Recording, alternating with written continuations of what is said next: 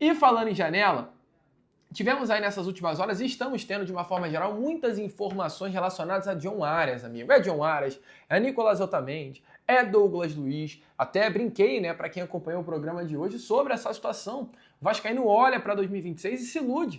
O vascaíno olha para 2026 e vê a possibilidade de grandes reforços a partir desses nomes. Só que olha, amigo vascaíno, deixa eu te falar, tá? O Vasco da Gama ele pode sim ter o objetivo, ter o interesse, querer grandes contratações, mas a realidade do Vasco da Gama ela está muito distante do que é definitivamente o objetivo, o sonho. Sonho e realidade, olhando para o hoje, mundo do Vasco, estão em polos completamente diferentes. O Vasco sonha com o John Arias, o Diniz quer o John Arias, a torcida pede o John Arias, mas a realidade do Vasco é o Johan Rojas. O nome que o Vasco negocia é o Johan Rojas. Então é importante, eu tô aqui para falar a verdade para todos vocês. O Vasco hoje ele tem muito claro qual será o seu planejamento para 2026.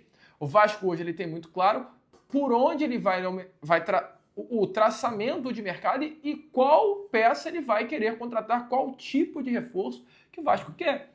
O Arias é um grande jogador, inclusive, informação aí do amigo Emerson Rocha nessas últimas horas é que após a partida que vai acontecer hoje entre Manchester United e o Wolves, o Arias, juntamente com o seu staff, vai conversar sobre seu futuro com os dirigentes do clube inglês. A reunião marcada, né, é uma tentativa aí do John Arias para que ele venha a ser negociado para o mercado do futebol sul-americano, pois não se adaptou ao futebol da Inglaterra.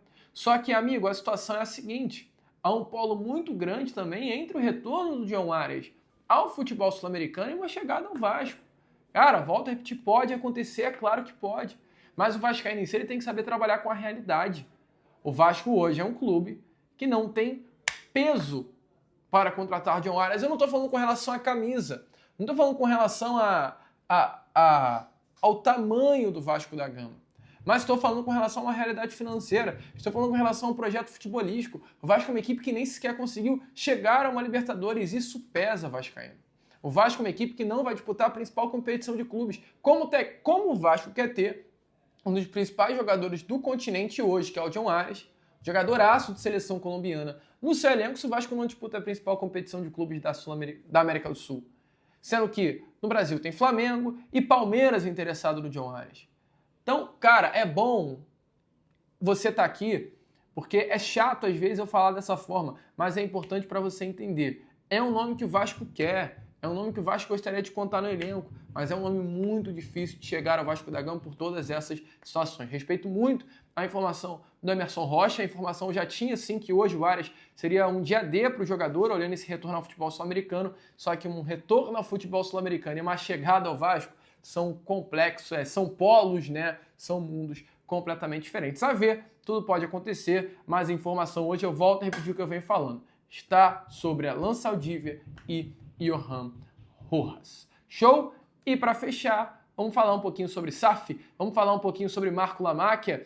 Amigo torcedor vascaíno, as coisas estão mais rápidas do que você imagina. Vasco da Gama e Marco Lamáquia têm negociações bem avançadas e há uma grande expectativa para que até o meio do ano tudo já venha a ser assinado e Marco Lamáquia se torne o mais novo dono da SAF do Vasco da Gama. Ainda não temos, né, informações detalhadas sobre valores de investimentos, mas tende a ser um valor superior sim a 2 bilhões de reais por compra de ações que podem chegar a 90% das ações do nosso Cruz Maltino. Informação é que Marco Lamáquia está muito interessado, está avançando muito. Até o que eu ouvi é que em uma corrida, amigo torcedor vascaíno, o Marco Lamáquia é um investidor que chegou depois, só que entrou nessa corrida mais rápido e com mais vontade de chegar na linha de chegada. Está muito avançado. Só que eu agora, nesse momento, saio para vocês ouvirem